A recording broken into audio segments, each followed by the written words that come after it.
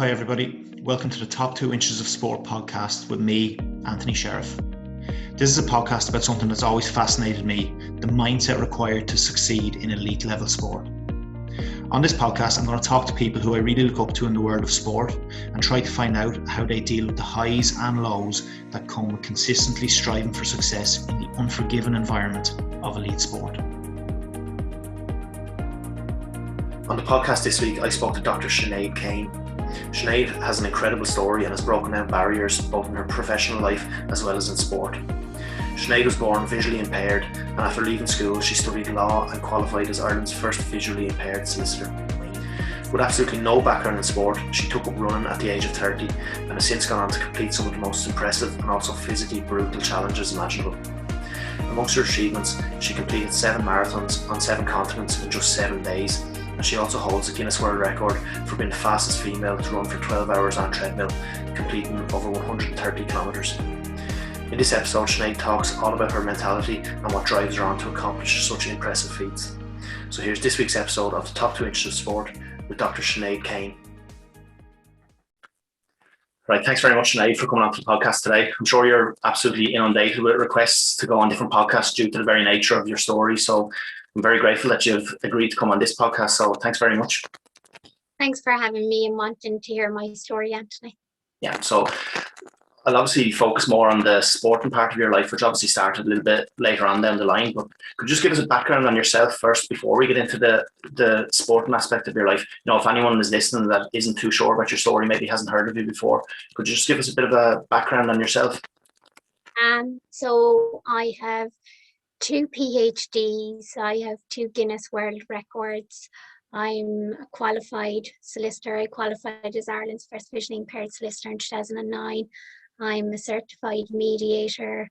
I write for the Irish Criminal Law Journal, and I'm an international speaker. So I do a lot of speaking in Ireland and abroad in terms of resilience, mindset and teamwork. Yeah. And then I also happen to do a lot of running, ultra running, and happen to have a disability. Yeah. So now the disability, obviously you're visually impaired. Now that is something that I think a lot of people aren't very well educated on, and I absolutely include myself in that as well. I feel like if you haven't suffered from visual impairment, maybe a lot of people just aren't overly educated on it. So could you just give us some information on the actual condition that you've got? So I think a lot of people think about blindness as in darkness, but a lot of my problem is I suffer with too much light. So if you can think about, say, snow blindness, or at night time when the full headlights of cars are coming towards you and they're dazzling your eyes, that's the type of sensation I would nearly have all the time. And that's because I have aniridia, which means that I take in too much light. So the coloured part of my eye is missing. So my eyes are actually black, whereas everybody thinks my eyes are dark brown. So I can't see what colour your eyes are, Anthony, but you take light through the centre of your eye, your pupil. So whatever colour your eyes are, if they're blue or brown, if you take off the coloured part of your eye, you'd be taking light through the whole of your eye as well.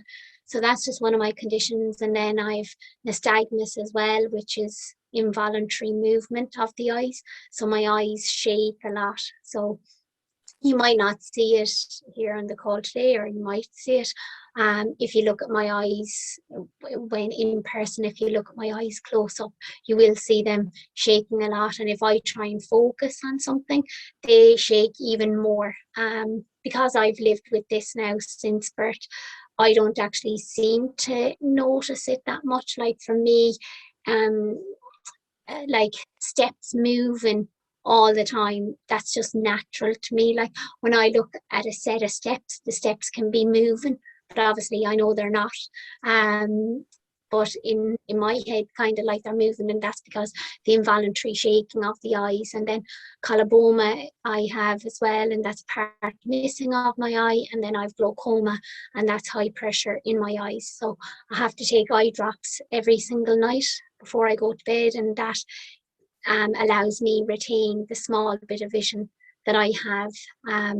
If I don't take those eye drops, then my pressure in my eyes will go quite high, and then that can lead to complete blindness. So I suppose the eye drops are quite important in my life, and also just taking care of my eyes. I have to go to the ophthalmologist, the eye doctor, every 6 months. I have to, I never be able to drive. But I think, like, see, things that people, like a lot of people might say to me, oh, how do you wash your clothes because you're visually impaired? Like, that can be a very condescending question to a person with a disability, because it's like a normal day function. Like, you just have to, I might not do it the same way as you might do it, as in if you have a washing machine, you'd set markers on the dialer, whereas you wouldn't have to do that. The markers on the dialer for me is to indicate where different things is. So it's really just about adaptation. And yeah, I use a white cane around my hometown. I don't use it as much because I'm quite familiar with my hometown, but in cities in Dublin and in Cork and in other places where I'm unfamiliar with, I would use my white cane. I don't have a guide dog. A day might come where I do need to get a guide dog, but at the moment I don't have one. Yeah. Now, and even again, before we talk about your sporting career, you achieved an awful lot when you left school. You broke barriers really in terms of in your professional life in law. So would you say, growing up with a disability, did that almost give you, I don't know what the right word is here, but almost a determination and a drive to prove that that doesn't necessarily have to hold you back? Like, would you attribute some of your success and that determination to actually growing up being visually impaired?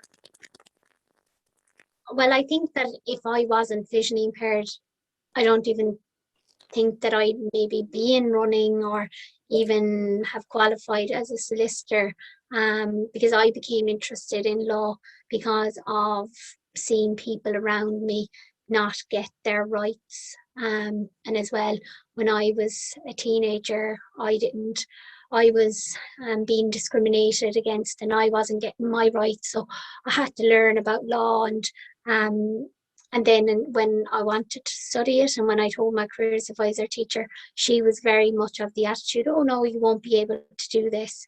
And so that's why I decided to prove her wrong. And I went to UCC and I did law. I did first year, and it was a very different experience to secondary school. When I was in secondary school, I was very much the only person with a disability. I was very isolated. I was excluded.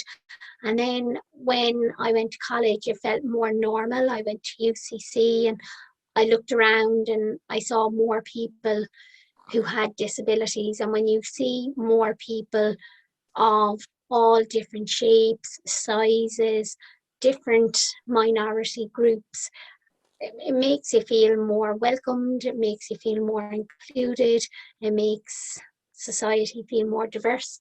And so yeah, so I had a different experience in college compared to secondary school. Now, it wasn't all easy. Like in second year, I wanted to give up law, and I decided that I was going to give up. But then a role model was presented to me. I ended up meeting a judge who was totally blind, and I said to myself, well, if he can do it, then I can do it. And that gave me confidence. And then I went on and I got my law degree, got my master's in law, and then went on and tried to qualify as Ireland's first visually impaired solicitor, and I did that. And again, like, barriers happen. I tried to get apprenticeships. People were very much focused on the white stick rather than my achievements, rather than my ability. Like, a lot of people see a lot of my academic achievements and see my sporting achievements, but there has been so many times in life where I've been rejected, I've been underestimated, people haven't believed in me, people have bullied me, excluded me. And so growing up with all of that does make you be determined. I suppose is your attitude towards your day is how your day will unfold. So if you allow your mindset to be a victim to your circumstances, then that's what it will be, or you can be a victor to it. And I suppose I couldn't control how I was born, but I can control and choose how I live my life, and I choose to live it in a productive and meaningful way. And like even with COVID, I suppose everybody was dealing with hardship through COVID and trying to be resilient. And like at the end of the day, there is a finish line to COVID. Like people might not feel there is a finish line, but there is a finish line. Whereas with my disability, there's no finish line. And so you have to be adaptable, you have to learn self-acceptance, and you just have to get on with it and make the best of life, because the reality is, like, we're not all going to be here forever. And I think if you can kind of take that mature approach to it and live life to the full. And but I think there's this perception there that people with disabilities shouldn't be living a full life and shouldn't be enjoying themselves, and they're told, oh, you're an inspiration for getting out of bed. And as well, I think it has to be understood as well that not all people with disabilities agree on everything. Some people with disabilities absolutely hate being told they're an inspiration. Some people with disabilities like being told they're an inspiration. Personally, myself, if somebody says to me, you're an inspiration, then I would ask them, well, what have I actually inspired you to do? And if I genuinely have inspired them to do something, then cool, I'm an inspiration to you. But don't tell me I'm an inspiration for you just so that you can get out of bed. And I think as well that I had a person with a disability once say to me, oh, why do you allow people tell you that you're an inspiration? And I say to them, because I've ran a 24-hour race and it was bloody difficult, and I only have 5% vision and I'm competing against able-bodied people. I'm going to take people telling me I'm an inspiration in that situation, because anybody, whether fully sighted or in my case with a vision impairment, who takes on a 24-hour race and is going in there with the attitude of wanting to win and wanting to be in the top three, yeah, I am an inspiration. And don't tell me that I shouldn't have people tell me I'm not. If I'm putting in all the hard work, if I'm putting myself out there and to be courageous to compete, then yeah. So, but I think it really does come back to, like, what am I inspiring that person to do? Yeah, but I think you've probably inspired loads of people to get more physically active and, take on these, get involved in running anyway. So if we move on to the actual running part of your life now, because I know you started this quite late. I believe you were around 30 before you started running. Yeah. It's again incredible, yeah, considering what you've actually gone to achieve. Most people that run these ultra marathons, they will have been running most of their life or physically active most of their life. But I believe you didn't play sport or much when you were younger, so you started this when you were 30. So what was it how did you get into running? I was asked to do 10K for Child Vision, National Education Centre for Blind and Visually Impaired Children. And I suppose I was always brought up with the mentality and the attitude to give back to society, and that it's important to do charity work. So that has been a part of my life all throughout my life. I remember when I was 8 and 9, standing out on the streets of Cork City with a box and shaking my box and telling people that they had to put money into the box, or if they didn't, then they were bold people, and just telling jokes to people to try and get more money. And so I've done a lot of work for NCBI, the Irish Guide Dogs, CASA, Able Vision Ireland, the Cleaners Foundation. I've worked with Sight Savers. And so back in 2012, when Child Vision approached me, I just automatically said yes to do this 10K.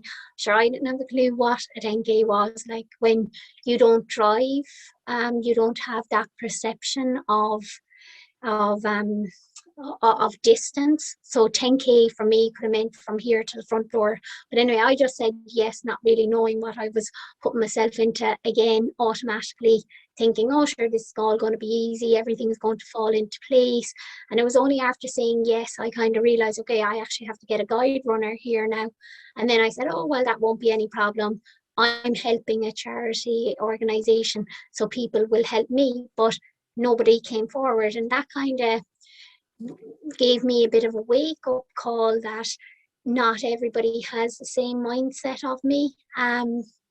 And I suppose I wasn't really expecting that. I was kind of expecting, okay, to ask somebody to be a guide runner and for them to automatically say yes. So it took a little while to try and find a guide runner, despite putting an advert in a newspaper, going on local radio.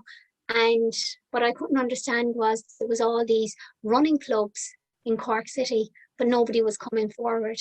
And eventually, anyway, I got a guide runner.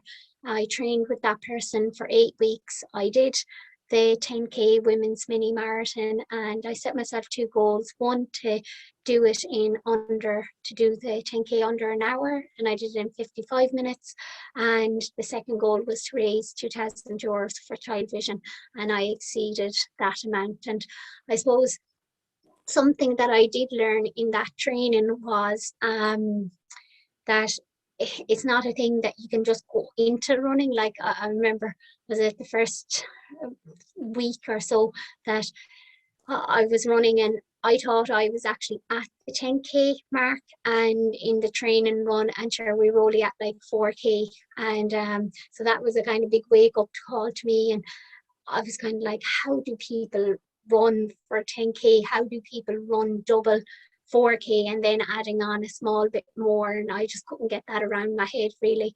And then, as well as that, because my feet wasn't used to running, I ended up getting blisters about 2 weeks into that kind of training. And I wasn't even doing intense training now. Like, I was only training maybe 3-4 days a week for maybe 40 minutes. And so I got blisters on my feet because I was new to this. And I thought to myself, oh, this is great. Now I won't have to run next week. The running guide, I'll tell that to the running guide. I have blisters on my feet are sore. And straight away she came up with an adaptable solution. She said, well, we'll go to the swimming pool and you can put plasters on your feet and you can put on white swimming socks and you can do aqua jogging. So basically I was not getting out of this training whether I wanted to or not. So I ended up doing aqua jogging for 2 weeks until my feet healed. And I actually think that adaptability of training around my training helped me achieve those 2 goals. And then after that 10K, my confidence really soared because of achieving the goals, and I wanted to do more running, but I couldn't find a running guide to help me, so I had to come out of running a while. And then in 2014 I got back into running, and from January 2014 until June 2014 I trained, and I did my first half marathon in June 2014. And at the end of it, I did it in, was it 1:49 or so? I said to the guide runner, I said, like, I don't feel tired. Like, I was kind of expecting to feel tired. So the following month, in the July 2014, I said, oh, sure, I may as well run a marathon, because really it's only 2 half marathons. And I wasn't tired at the end of the first half marathon. So really, in my head, I wasn't really thinking about, okay, a full marathon is actually going to be very hard. I kind of had in my head, oh, this is all going to be very easy. And again, at the time I was working for Childline, doing voluntary work. I had been with them for about 6 years at the time, answering the phone and doing other work with them. And I just decided that if I was going to do this first marathon in October 2014, that I would do it for them. So that was fine. And then in the July 2014, I tried to find a running guide. Again, nobody came forward. Again, that annoyed me. And I think it annoyed me because I was doing something for somebody else, but yet when I was like, how much more like, when you think about a blind person running a marathon for a charity needs running guide, like how much more encouragement do you kind of need to help a person? But anyway, I put out a tweet that in that July 2014 that if I couldn't get a running guide that I wouldn't be able to do the marathon. And a guy came forward in Dublin and he said he'd run with me. So I was traveling on we started training together at the beginning of the August, and because I was kind of panicking at that stage, because I did my half marathon in the June, but then in the July, because of having no running guide, I didn't get any training done. So I was kind of panicking that all my fitness was dropping or whatever. So started training with this guy in the beginning of August, but he was based in Dublin and I was based in Cork. He had tweeted me saying, I'll be your running guide, but I'm based in Dublin. So I was traveling up on the train for 3 hours to do a 2 hour run with this running guide, to then travel back down on the train for 3 hours again. And that's excluding the time getting from the train station to home, then getting showered. So basically, on those Sundays, I was traveling for 6 hours to be doing a 2 hour run. So, like, yeah. And for me, that wasn't very productive, but it came back to how badly did I want my goals? How badly was I going to commit to my goal, because I had said that I was going to do this for Childline. And so, yeah, so I trained with that guy for the August. And by the September, I suppose I wasn't fully feeling ready, because I wasn't getting as much training done as your normal, typical marathon person. Again, people say that you really should follow a marathon plan for 12 months or minimum anyway, 6 months. And that's respecting the marathon distance. And here was me really only starting proper training at the long runs, because up to that August, my longest run was 13.1 miles, which is half marathon. So, and here was me thinking to myself, okay, we're at the beginning of August and I'm doing a marathon in October, like, so. Yeah, so anyway, I continued training with that guy, ended up doing my first marathon in the October, again, I achieved it because I got to the finish line, but I didn't achieve the time I wanted to do. So I had set myself the goal of doing it under 4 hours, and I came in 4:01. And to me, life was over. I was never again doing running. That, like, everything, I was just so devastated by this 1 minute. And for me, all I just could see was negativity. And of course, the word wasn't going to end just because I came in 60 minutes over, but that's just how it felt. And I was quite annoyed because at the end of it, I didn't feel as if I had ran a marathon. My legs felt fine and everything like that. And then John O'Regan, the guy who I run with a lot now, he came up, he was in the Dublin Marathon that year, and he was actually a pacer in the Dublin Marathon that year. And he came up to me and he asked me, how did I get on? And I just said to him, like, I don't even feel like I've ran a marathon. And I don't know, did he think at that time that I was being arrogant, or like the fact that saying that I didn't feel like I'd run a marathon? But then he kind of analysed the way I was moving, and he noticed that my legs were actually moving quite well, and I was able to get up and down steps. And I was looking at all the people around me, and they were all like in pain, and I actually wanted to have that feeling. I wanted to have that feeling of, okay, I've done something and I've achieved. But I wasn't getting that. So then he said to me, I feel your talent lies in ultra running. And I said to him at the finish line of the Dublin Marathon, I said, well, what's that?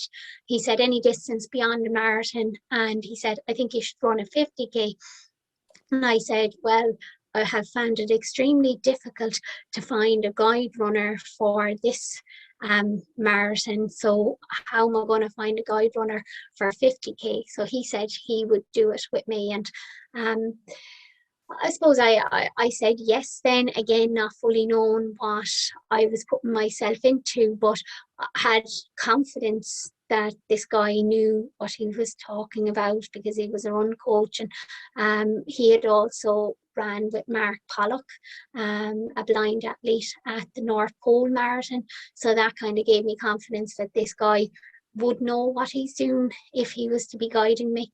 So from the November to November 2015, or November 2014 until February 2015, we trained for this first 50k ultra, and I did it, and I achieved my target. You have to be under 5 hours, and I achieved that. And at the end of that race, I felt happy that I had achieved another goal. And then John said to me, "Oh, do you want to go back to where it all began for you?" Because this was February 2015. And he said to me, like, "Where did it all begin for you?" And I said, "Well, with women's marathon in 2012.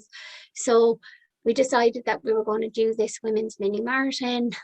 We applied, and John was told that he couldn't run with me because he was male. And I was kind of thinking to myself, okay, this is a bit strange. Like, he's not competing, he's just my guide runner. And so there was a bit of hassle around that, trying to get John to be allowed to be my guide runner. And after fighting to get policy changed, which I did get policy changed, then he was allowed to compete with me as my guide runner. And again, it just shows the power of social media, because the policy had never been changed since the 1980s, and it was on foot of me making them aware and fighting for it and showing them the reasons why it needed to be changed. So following on from that race in the June 2015 of doing the mini marathon, then John had said to me, "Oh, what would you like to do? A 12-hour race." Now, I didn't know 12-hour races existed.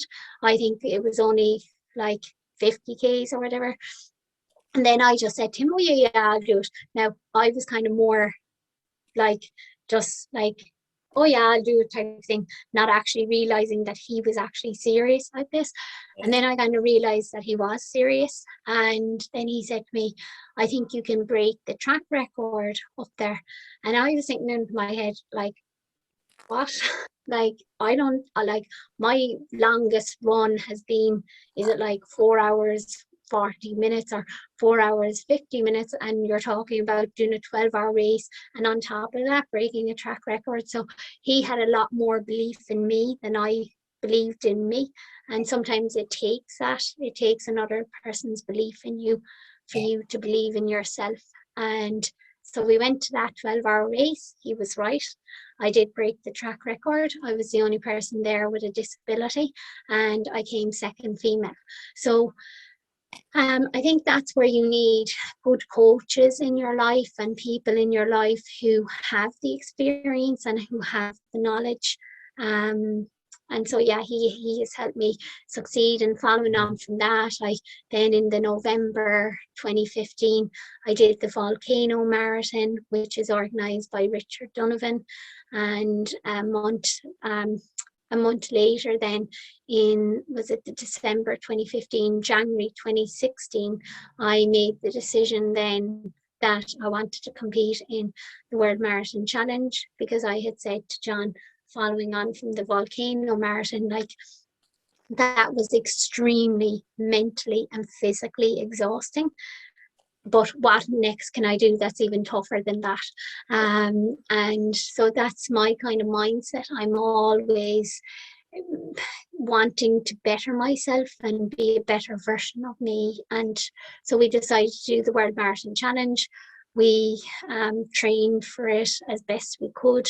In the year leading up to it, we had to get partnership with a company to help fund us to go, and we got that in the end and went on the World Marathon Challenge, and it was a trip of a lifetime. Like, it was quite difficult as well. But World Marathon Challenge, this is the 7 marathons in 7 days on 7 different continents, isn't it? Mm-hmm. So it's first we went to Antarctica, then Chile, then Miami, then Madrid, then Marrakesh, then Sydney. I only named 6 there. Antarctica, Chile, Miami, Madrid, Marrakesh, Dubai, and Sydney. Yeah, that's 7 continents. So we ended up doing that in 6 days, 9 hours. And and for me, the people might think, like, how did you mentally get yourself through that? And for me, it was about, I was more focusing my mindset on looking forward to going to the next continent And so because I was directing my focus and energy on that, then I wasn't really thinking about, oh, I've another marathon to do. So like, I think when you, it's all about how you direct your focus and direct your energy, and then being grateful for the opportunity to be there. And rather than feeling sorry for myself, like my feet got extremely badly blistered. They started blistering on the Monday, and by the Friday, my feet were so badly blistered that when I walked, you could feel the fluid swishing in my feet. I couldn't even feel where my ankle bones were by the Friday. And again, despite all of that pain, I just said to myself, be thankful for the opportunity of being here. And yeah, so the world, and like, again, like one person got the record for that. Like, I got the Guinness World Record there for being the first vision impaired blind athlete to do 7 marathons, 7 continents within 7 days. But I couldn't have done that if it wasn't for the help of my guide runner, John. And yet I'm the one getting the record. He's not getting any thanks or any record. So that's why I think it's important to acknowledge him. And I think it goes the same for any athlete, whether you're a sprinter, whether you're middle distance, whether you're a marathoner or an ultra runner. Yes, the athlete it has the name and the title and the record, but there's a team behind each athlete who's helping that person succeed. Yeah. What would you be like then before a race, Sinead? Because you're taking on these races that I can only imagine are physically really, really brutal. So, like, what kind of mindset do you have to get yourself in before a race? Like, are you almost getting yourself in that, like, I'm ready, almost ready for war, like you're ready for physical brutality? Or is it, do you go a little bit the other way? Do you go zen and, like, this is what I've been training for, I just want to enjoy this? Like, what would you say your mindset is pre, like, one of these really grueling ultra races? You see, this is where over time you learn about yourself, and it comes down to, are you just there to fill the numbers, or are you there to actually compete and win? I remember at the beginning of all this, when I was first getting into ultras, I was going around at the start of races and even during races, and when people be shouting from the sidelines, oh, come on, and be clapping, and I'd be looking at them, waving, and I'd nearly be talking to them, hi, how are you, and all this, and my guide runner would be like, Sinead, focus, type of thing. And yeah, even before a 12-hour race, like he had to say to me, Sinead, will you stop walking around? Sit down. You need to try and rest your legs. You're going to be running for 12 hours in the minute, rather than walking around talking to everybody. And so, yeah, so that's kind of the way I was at the very beginning. Whereas now, because I'm more competitive minded, like when I go to these events, I'm very much like, I will say hello to a person and I will be polite and all of that, but like, I'm not there to chat to them. I'm there to do a job, and I just don't want many people around me, and that's just the type of person I am. Like, people come up to me and there has been once or twice where I'd have to say to a person, like, sorry, look, I'm just trying to chill out here at the moment, calm my mind, can you AKA just go away? Because like, that's just the type of personality I am. Whereas there's other ultra runners and they love to have the laugh and the joke and the banter, and that's their way of relaxing. But me personally, I'm there to do a job. I want to get into a zone. I absolutely hate the waiting around bit.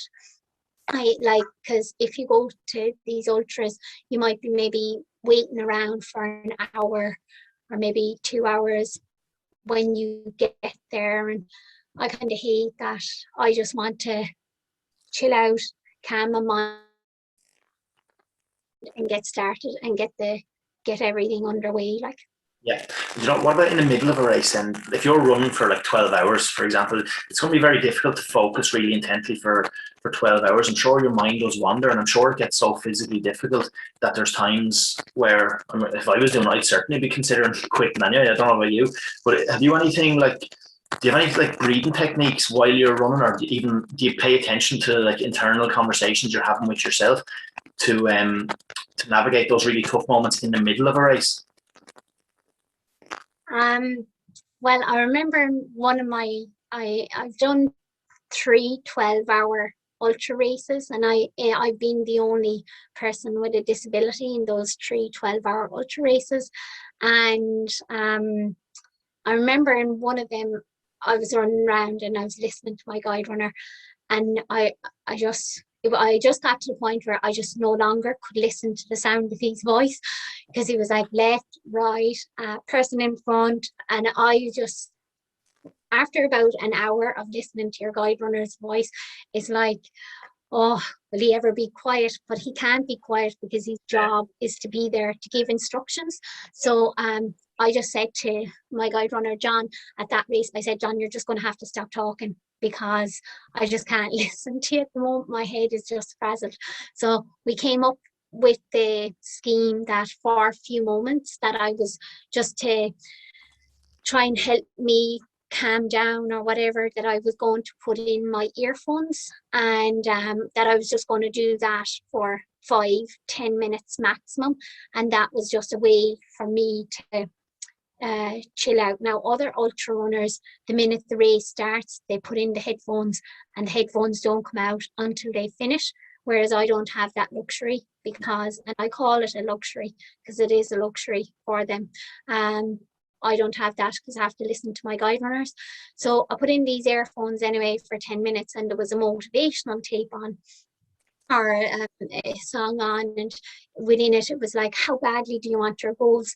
And I started saying this out really loudly, and everything the person was saying on the MP3, on the song, I was saying that out, but I didn't really realize that I was actually talking it out, because like you start becoming a bit delusional or whatever, like some of the time. So I was talking this out quite loudly, and John then kind of was laughing, and he hit me at the side and he said, Sinead, you're going to have to be quiet, because you're motivating all the runners that are coming past you every time you say in a very angry voice, how badly do you want it, and how badly do you want your goals? All the other runners are quickening up every time they pass you. So so we took out the headphones with that. So I suppose that's just one kind of technique I use. I might put in maybe a small bit of music or for a few moments, but obviously I can't have it in too long, because I need to also listen to what the guide runner is saying. So,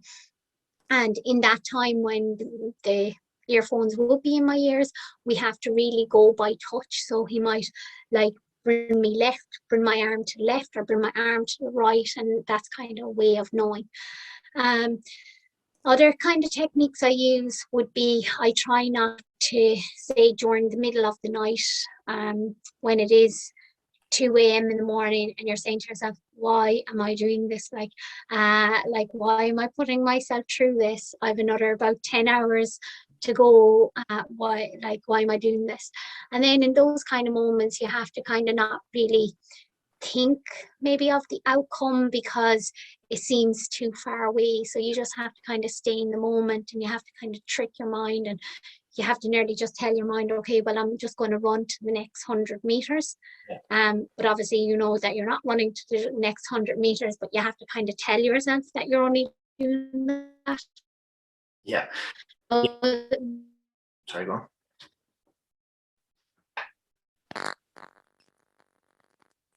Everybody will have their own mantra in their head, and when you're saying out a mantra in your head, that's distracting yourself from the pain that you're in.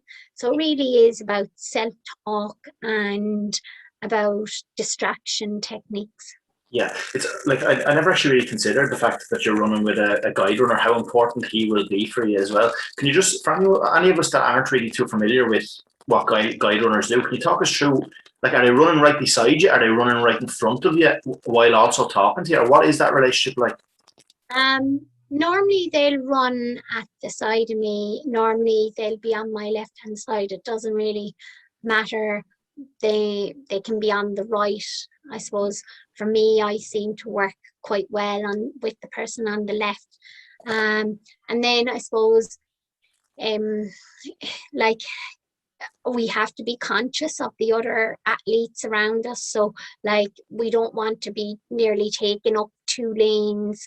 But at the same time, I'm entitled to be there at the same time. So like we try our best that if there's a faster athlete coming around, say one of the male athletes or some athlete who goes off way too strong, thinking, okay, I'm in a 12-hour race, but I'm going to do 3-hour marathon for the first 3 hours, and then I'm going to blow up a person basically who's inexperienced.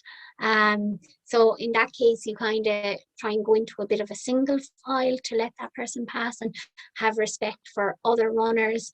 And that's mainly it. Say on the track, I can kind of see the white lines of the track. So like I try and follow them a bit as well. And when we're outside on the road training, we don't call our training like as in training runs, we call them learning runs, because we're very much learning from each other. Like, I remember one day myself and John, we were out running and the sun was glaring down a lot, and it was actually glaring into his eyes. And as we were approaching a branch, a big H as well, because the sun glaring into his eyes, he didn't fully see that. And if I didn't have had on my sunglasses, basically the branches were gone into my eyes. So that's where, when you're a guide runner, when you're running with somebody, you have to be nearly thinking about, like in a car, like you're looking at your level, and the other person's space as well. So and you have to have a lot of trust in the person. Like I have a lot of trust in my guide runners, and them wanting the best for me. As well as that, like people say, is your guide runner your pacer? No, the guide runner isn't my pacer. That is not their job whatsoever. Their job is to solely keep me safe and to keep, say, other athletes safe, because like by having me safe, and helping me navigate around people, then that's actually in turn indirectly keeping other athletes safe. Like I remember I tried to get into a race a few years ago in Spain, and I just was not allowed into the race because I was told that my guide runner and me would be basically taking up too much space, and that we'd be too much of a nuisance basically in the race. And I tried to fight that, and the organizer just wouldn't let me in. And here's the thing, when I looked at the results from the previous year, the lady who came first and second in the previous year, had I been allowed into that race, then there was the potential for me there to come first or second. But yet I was being told that because I had a disability, I was not being allowed into this fully sighted 24-hour race on a track in Spain because I was being a burden. But yet I had the potential to win the race when you compare my results with the previous year's results. So it comes down to as well, like working with guide runners, but also working with the management, like the organizers of the race, etc. And just kind of, I suppose, like the organizer of the race, if I bring it to their attention that I'm visually impaired, then that person may announce it at the beginning of the race, just to, suppose, for safety for me and safety for the other athletes, because the other athletes at maybe 20 hours into a 24-hour race, they're getting tired, and they're kind of nearly seeing double vision as well. Like, so it's about trust and communication. Like with my guide runners, especially out on training runs, it's not really conversation that we're having, it's communication. So like we might be in the middle of, I don't know, talking about some TV show, and we're in the middle of talking about it, but all of a sudden then the guide runner will say left, and then a sharp left, and then speed wrap in 5. So then like I always have to be alert, and half the time that's why we don't really have easy flow, like in-depth conversation or anything like that, because all of a sudden like an instruction might be given. Yeah, no, Actually, yeah. So we've spoken a bit about now before a race, during a race, and I want to ask you now just about after a race, because you did touch on this earlier when you said, after a race you were devastated when you went 60 seconds over your predicted time. So, like, as you've matured and you've done more races, have you learned to be a bit more, a bit more compassionate with yourself, or do you still beat yourself up? Like after a race, the evening when you've just finished, would you be looking back, really scrutinizing your performance and beating yourself up over, or can you actually just bask in your achievement for an evening? I'm always beating myself up, and I'm always telling myself that could have been done better. Even if I go out on a training run and I do a training session and I hit the paces that I'm meant to hit, or I hit the distance I'm meant to hit, or whatever target I set for myself, and even if I hit that, I come back saying, oh, that could have been better. And I suppose that's just the personality I am. I find it as well with my academic studies. I've always kind of been that way. So and even after the World Marathon Challenge, I didn't really fully reward myself for that. Like, I didn't go out for any congratulations meal or anything like that, because the minute I came back from that, I ended up on Late Late Show, and then following on from that, then it was back into kind of training again, because 3 weeks later I went off and did a 24-hour race in Finland. So yeah, I never really kind of said to myself, okay, like, give yourself a break here and give yourself a pat on the back. I think, like, even as well, at the like when I did my treadmill record, it just requires, like, even at the end of that, even when I was presented with the treadmill record, I was kind of thinking to myself, okay, what's next? What's next? And I wasn't actually fully immersing myself in that achievement. So yeah, I need to kind of learn more about that, about how to embrace the achievement rather than the minute one is done, like, or even before one is done, talking about the next one. And in terms of my treadmill achievement as well, like, I couldn't have done that if it wasn't for the help of my guide runners and the team around me. Again, it was just me getting the treadmill record, but it couldn't have been done without the team. Just for anybody that isn't aware of what it is, can you talk us through the times and the distances? Yeah, so I currently hold the Guinness World Record for the furthest distance for any female on a treadmill in 12 hours. So that's 130.5 kilometers. So with that, yeah, that was quite difficult. But again, like, all the signs when it was first said to me, oh, do you want to try and attempt this record? Like, all the signs were there that I could do it. Because for me to go on a treadmill, I can easily go on a treadmill and run 4 hours by myself. And in the lead up to that treadmill record attempt, I went on a treadmill and I was on it for 4 hours, 40 minutes by myself. And like, just like, I suppose if you can go on a treadmill and run for 4 hours, 40 minutes by yourself and come off it and still feel motivated, then you have a very, very strong mindset there. So, and I was hitting the paces that I needed to be hitting, and I was hitting the distance. And so all the signs were there that I would do it. But I suppose we all have that bit of self-doubt in us, and I suppose in the lead up to it then, like a few days previous, I started becoming nervous and I started doubting myself a bit. And that's where your team around you, when they point out to you your strengths and when they tell you to focus on yourself and your own achievements rather than focusing on anybody else, and help you to get that mindset back and get back into that calm place and get focused again, then that's what helps you believe in yourself again. Like, I remember at the last hour of the treadmill record, I could not have tell you who was around me.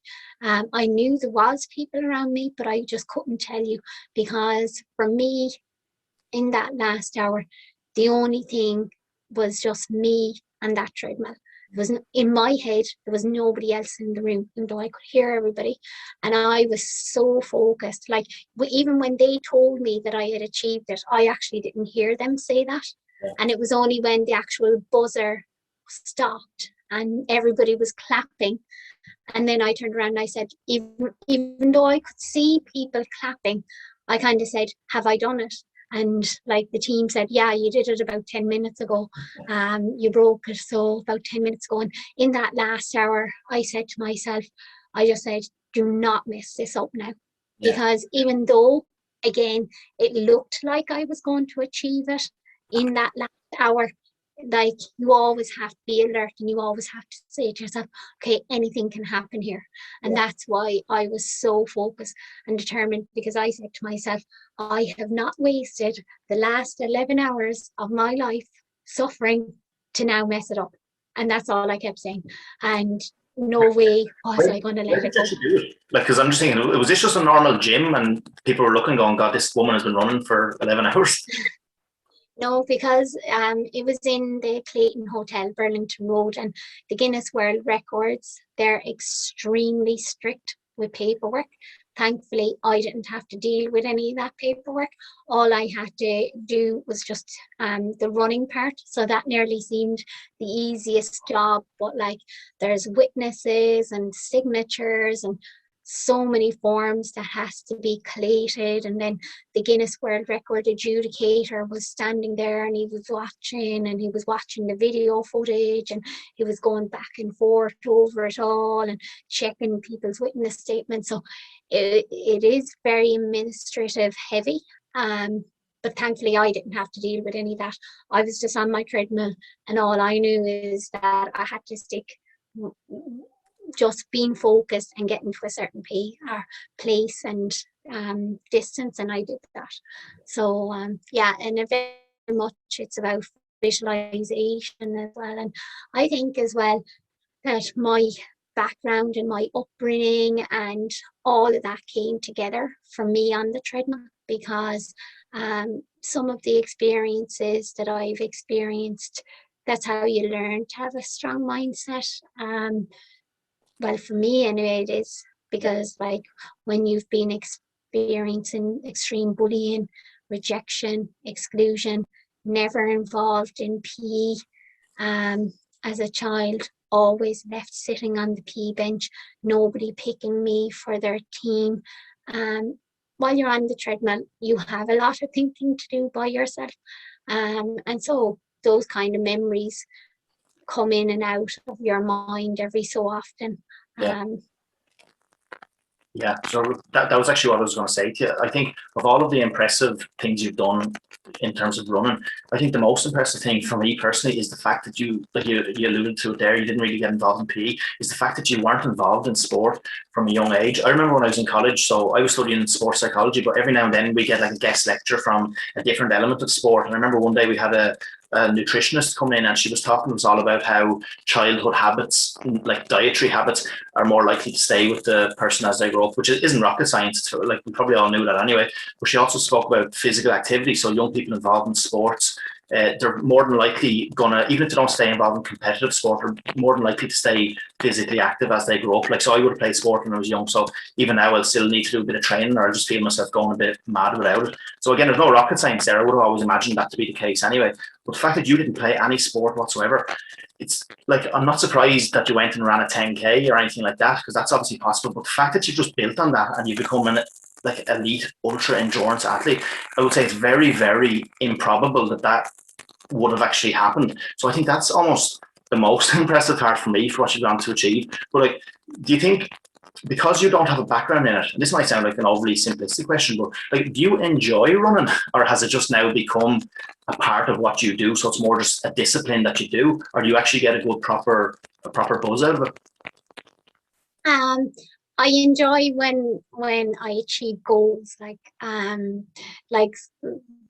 suppose you have to enjoy it to a certain extent to do it. You have to like what you do.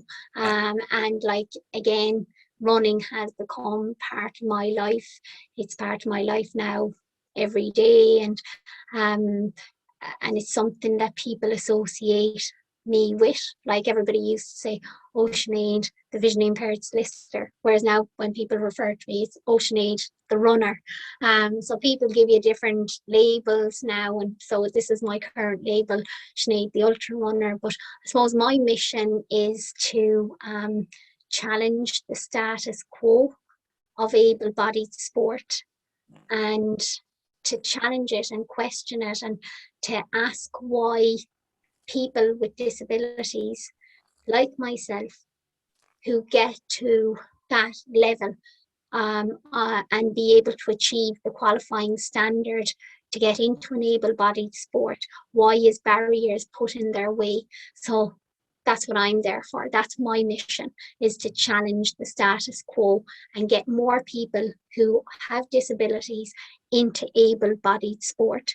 Obviously, they have to have, say, the ability and reach the standards, etc. But like, I'm trying to figure out, like, what are the barriers that are stopping people with disabilities from getting into able-bodied sport. Like, I'm not trying to do away with the Paralympics or anything like that, because that's a whole separate, different story, and there's many Paralympians out there to champion the Paralympics. But my main thing, as I say, is to people who have disabilities and who are able to compete alongside able-bodied people, then barriers shouldn't be put in their way if they achieve the standard. And running has brought me to a complete high, but it has also brought me to a complete low. In October 2019, running brought me to an extreme low in my life when I achieved the qualifying standard. Very, very few women in Ireland achieve the qualifying standard to be eligible for selection on the women's 24-hour ultra running team. I achieved that, which is a minimum of 200 kilometres. I got 204 kilometres. I was expecting my name to be on the Athletics Ireland website. It wasn't on the website. Why? Because the International Association of Ultra Running said that I couldn't compete, because for me to compete in an able-bodied 24-hour World Championship was an unfair advantage to fully sighted runners. So that the fact that I was competing with a guide runner was an unfair advantage to fully sighted runners. So when you're dealing with this nonsense, is what I would call it, and when people aren't actually educated about the barriers that people with disabilities encounter, I was told that for me to compete at the 24-hour World Championships with a guide runner would be breaching an IAAF rule, which states that no athlete is allowed outside assistance. And my guide runner was being deemed as outside assistance. And I had to get my, and to, like, I had earned my place to be there. I had earned it. I had worked hard and I did everything that was expected of me. And so just to be discriminated against solely on the basis of my disability, I didn't want to do it, and I shouldn't have had to do it, but I had to take a legal case against the IAU, and I won that case. I had to take the case against the International Association of Ultra Running, and the court in Monaco found that I'd been discriminated against under Article 14 of the European Convention of Human Rights. And like, that's like, my case now is a precedent for other people in sport. It's a precedent as to where people with disabilities are able to get to compete in able-bodied sport. They should not have to go through the SHIT that I had to go through. If a person with a disability gets the standard and can achieve in that chosen sport, they should be allowed in and compete, and they shouldn't be having these unnecessary barriers put up in their way. Because, like, none of the other athletes on the team had to endure dealing with solicitors and barristers and all of this. In the time frame of leading up to the 24-hour World Championship, I should have been staying relaxed. I should have been enjoying that opportunity. Like, for me, it had all been ruined, because what did I want to achieve by getting on the team? What I wanted to achieve was my name being on the list and just my name there, not Sinead Kane in brackets, disability, Yeah. but just my name, Yeah. because I didn't want it revolving around my disability. I actually did not want any talk about my disability. Now, obviously, people were, when I'd run, they would then see that I had a guide runner. Obviously, she's vision impaired, blah, blah, blah. But just because I had worked so hard for it, for that moment, I just wanted to be known as Sinead, the ultra runner. And how I foresaw that happening is just to be on a list with other girls where there was no brackets after my name. And that happened. And I suppose I still am a bit annoyed about that, because there's only ever one first. Yeah. If you get what I'm saying. So, like, even if I do get selected in the future to be on the team again, then that's not the first time. Like, I wanted my first time to be special. I wanted it to be an occasion where, because I had never been involved in sport as a child, to just show people that a person that I could get there, that I, yeah. And yeah, so it's just, I suppose, when you were talking there earlier about how I was involved in sport as a child, I could sit here and I could say to myself, well, what if my name was on the website with the other girls, and what if I got there freely, I got there without any hassle. Like, I suppose you have to try and look at maybe the benefits that happened. It has given me resilience. It has brought the conversation of disability and able-bodied sport into the spotlight. That's what I'm all about, challenging that, having disability in able-bodied sport. And then again, like, being a child, what if I was involved in sport as a child?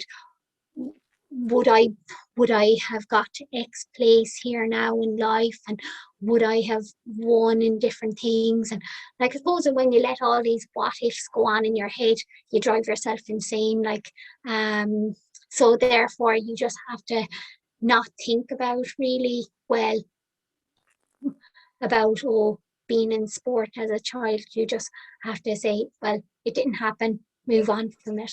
And I think even with races, you were mentioning a while ago, like, what do you do with a race if you have a down race or you don't achieve in the race? Like, I let myself have 24 hours of just feeling upset and all of that. And after that 24 hours, then that's it. It's gone. Move on, type of thing. Like, because I think that you can stay stuck in your emotions and feeling sorry for yourself. But at the end of the day, world moves on.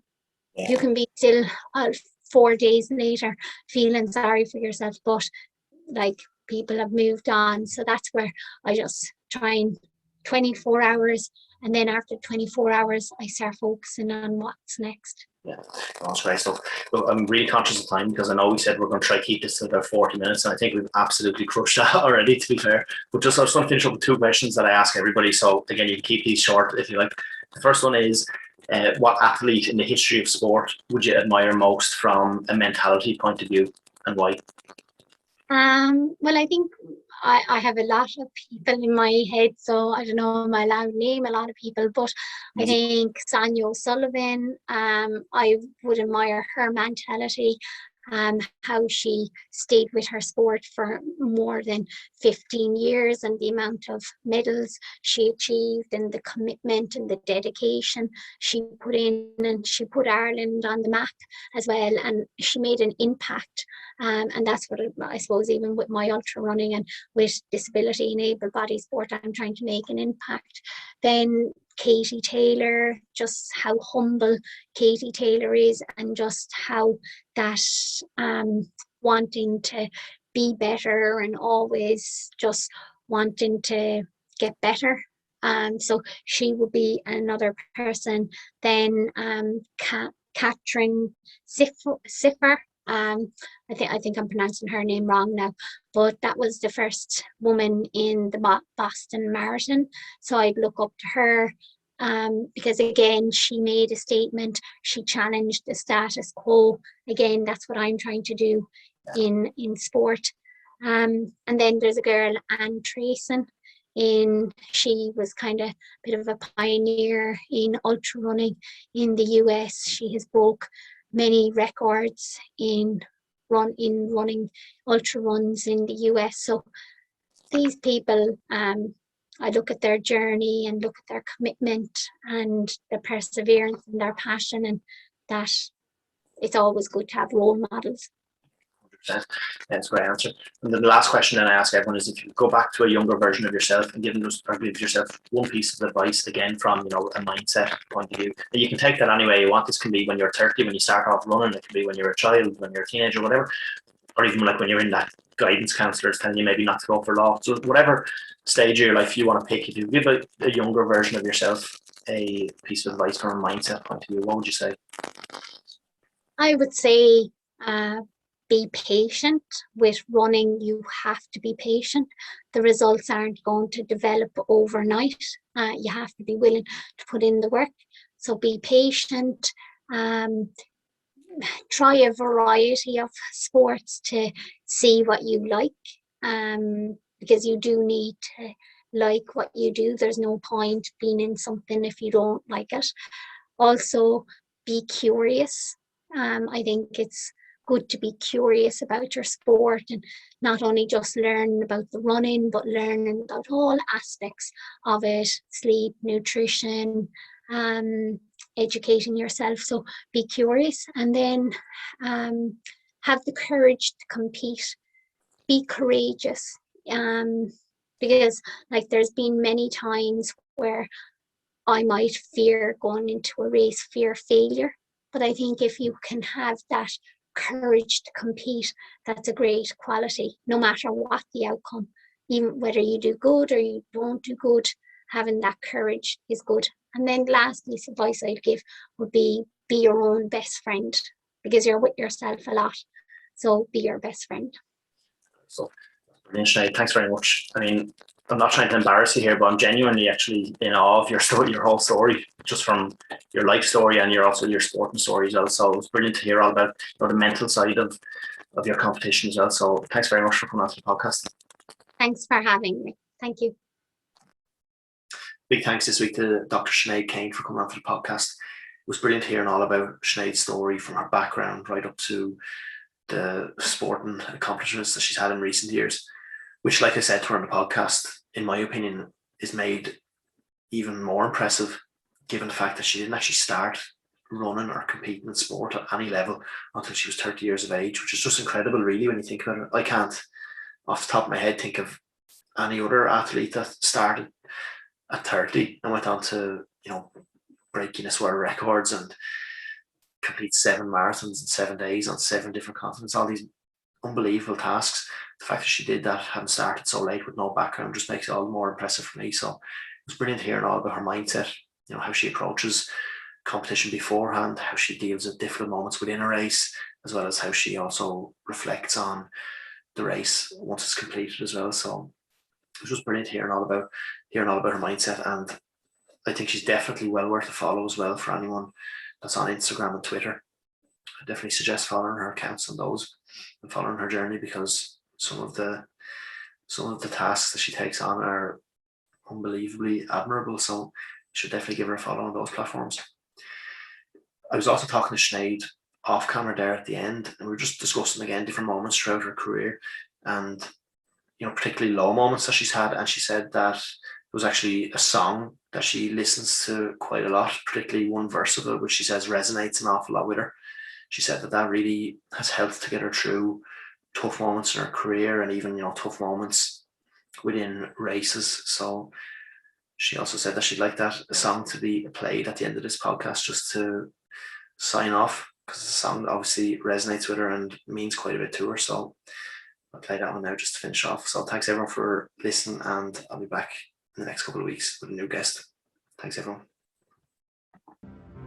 The higher you build your barriers, the taller I become. The farther you take